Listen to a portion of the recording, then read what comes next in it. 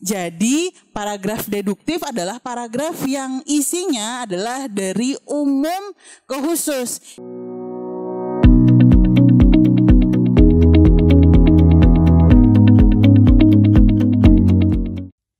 Assalamualaikum warahmatullahi wabarakatuh. Halo adik-adik, ketemu lagi sama Kak Fatia. Hari ini di Edu Story kita akan membahas tentang materi TPS, pengetahuan kemampuan verbal khusus untuk paragraf. Karena biasanya di kemampuan verbal atau bahasa Indonesia kita akan mendapati soal-soal yang paragrafnya panjang-panjang. Jadi kita harus bisa menaklukkan paragraf-paragraf tersebut. Nah, di sini Kakak akan menjelaskan mengenai bagian-bagian paragraf yang perlu kita ketahui untuk mengidentifikasi soal atau pertanyaannya. Nah, kita bisa lihat bahwa satu paragraf itu biasanya terdiri dari dua bagian. Ada kalimat utama atau ide pokok dan kalimat penjelas atau ide penjelas paragraf. Nah, apa pengertian ide pokok? Pengertian ide pokok adalah ide atau gagasan yang menjadi pokok pengembangan suatu paragraf. Ide pokok ini terdapat dalam kalimat utama. Nama lain ide pokok adalah gagasan utama atau gagasan pokok. Dalam satu paragraf hanya ada satu ide pokok. Nah, biasanya kita suka ditanya kan di soal-soal itu, apakah gagasan pokok dari paragraf tersebut atau apakah ide pokok dari paragraf tersebut atau apakah kalimat utama. Jadi kalau pertanyaannya itu jawabannya kira-kira kurang lebih sama.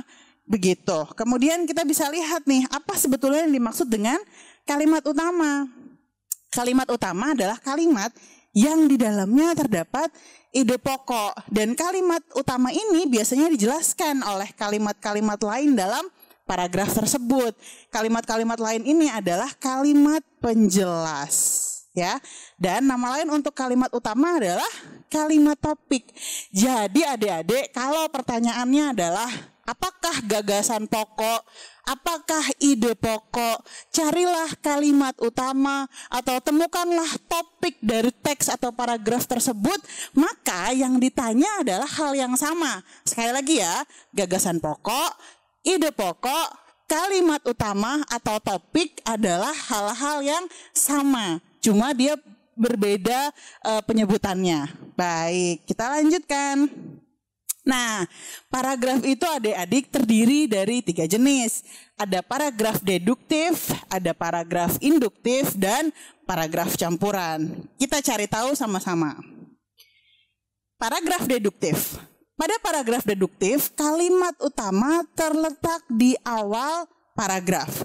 Gagasan pokok atau kalimat utama dinyatakan lebih dahulu, baru diikuti oleh kalimat penjelas.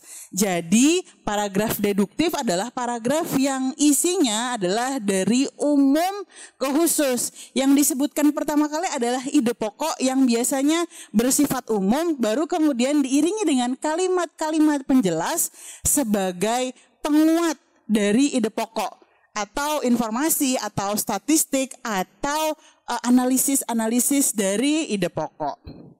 Nah, kemudian paragraf induktif. Paragraf induktif, kalimat utama terletak di akhir paragraf. Kalimat penjelas disampaikan lebih dahulu, baru kalimat utama. Artinya, kalau paragraf induktif adalah paragraf yang susunannya dari hal-hal khusus baru kemudian hal umum atau ide pokoknya yang disampaikan. Nah, bagaimana dengan paragraf campuran? Paragraf campuran adalah paragraf yang dimulai dengan mengemukakan persoalan pokok atau kalimat topiknya, kemudian diikuti kalimat penjelas dan diakhiri lagi dengan kalimat topik. Kalimat topik yang ada pada akhir paragraf merupakan penegasan dari awal paragraf. Jadi sudah disebutkan ide pokoknya di atas, kemudian disampaikan kalimat-kalimat penjelasnya, di akhir ditutup lagi dengan kalimat topik untuk penegasan. Seperti itu adik-adik. Nah, lalu ketika kita sudah mengetahui semua materi ini, bagaimana caranya untuk mengetahui ide pokok dari teks yang panjang-panjang. Nah, berikut ini kiat-kiat yang bisa diberikan. Cara menemukan ide pokok suatu paragraf. Pertama adalah membaca paragraf pertama dan paragraf terakhir kalau teksnya sangat panjang. Kenapa? Karena biasanya seperti yang tadi sudah kita sebutkan, di awal akan ada kalimat utama atau gagasan pokok, kemudian di akhir adalah kalimat-kalimat penjelasnya. Ya, jadi daripada kita harus mengidentifikasi itu paragraf deduktif atau induktif, maka untuk cepatnya kita bisa membaca paragraf pertama dan paragraf terakhir, kemudian merangkumnya kira-kira kalimat utama atau hal apa yang ingin disampaikan oleh penulis kepada para pembacanya. Nah, kalau yang ditanya adalah paragraf, hanya sekedar paragraf kecil, bisa juga kita tidak perlu membaca seluruh paragraf, tetapi cukup dengan membaca kalimat pertama dan kalimat terakhir, kemudian kita berikan hubungannya, kita fahami hubungan dari kalimat pertama dan kalimat terakhir itu. Begitu. Kenapa? Karena memahami isi bacaan itu sangat penting dan ini adalah tips yang ketiga. Setelah kita membaca paragraf pertama, kemudian paragraf terakhir, atau kita membaca kalimat pertama, kemudian kalimat terakhir, tentu sangat penting bagi kita untuk memahami isi bacaannya. Nah, di antara cara untuk memahami isi bacaannya juga kita bisa melihat pilihan-pilihan jawaban yang tersedia. Jadi daripada adik-adik repot membaca seluruh teks, lebih utama membaca tadi yang sudah kakak sarankan, paragraf pertama, paragraf terakhir, kalimat pertama, kalimat terakhir, dan semua pilihan jawabannya. Seperti itu. Dan yang terakhir barulah nanti kita akan menemukan ide pokok bacaan. Karena biasanya ide pokok itu dinyatakan secara eksplisit dalam kalimat utama atau di dalam topiknya. Kita masuk ke pembahasan contoh soalnya. Kita bisa lihat di sini adik-adik, ini terdiri dari 3 paragraf panjang. Tidak usah dibaca, kita langsung saja ke pertanyaannya.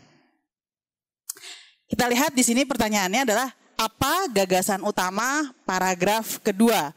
Jadi kita cukup fokus di paragraf kedua. Nah, kita lihat di sini paragraf kedua dimulai dari kalimat ke-6 sampai kalimat ke-10. Seperti yang tadi kakak sudah sampaikan, kita bisa cukup membaca kalimat pertama, yakni kalimat ke-6 dan kalimat ke-10. Yuk kita baca sama-sama. Dampak pemadaman listrik yang dirasakan para penggunanya diantaranya adalah terlambatnya laju informasi. Kita langsung baca kalimat terakhir. Mati listrik juga menyebabkan banyak pengeluaran juga. Tidak adanya hiburan dari televisi atau radio meningkatkan resiko tindakan kriminalitas dan para pekerja akan memiliki pekerjaan yang menumpuk. Nah, kita bisa identifikasi di sini adik-adik. Kalimat pertama ini atau kalimat ke-6 merupakan kalimat umum atau kalimat utama yang penjelasannya adalah penjelasan lebih umum dibanding kalimat ke-10 yang penjelasannya lebih khusus. Di sini disebutkan bahwa dampak pemadaman listrik dirasakan adalah terlambatnya laju informasi, dan kalimat ke-10 ini menunjukkan dampak-dampak yang terjadi atau hal yang khusus. Ini merupakan paragraf deduktif dari umum ke khusus. Jadi kita bisa lihat bahwa yang dibicarakan di dalam paragraf ini dengan membaca kalimat pertama dan terakhirnya mengenai dampak pemadaman listrik. Sekarang kita lihat pilihan jawabannya. Yang A, listrik memberikan dampak positif bagi penggunanya. Salah. B, pemadaman listrik menghambat pekerjaan rumah. Tidak hanya ini. Yang C, dampak pemadaman listrik memiliki pengaruh yang bermanfaat bagi para penggunanya. Rasanya tidak. D, pemadaman listrik menghambat pekerjaan para penggunanya. Tidak hanya ini, dan kita lihat E, dampak pemadaman listrik bagi para penggunanya. Artinya secara umum, gagasan utama, ide pokok atau sekali lagi kalimat utama yang kita lihat di sini sangat umum atau menyeluruh, yakni dampak pemadaman listrik bagi para penggunanya. Tidak susah kan menemukan kalimat utama dalam satu paragraf yang kelihatannya panjang?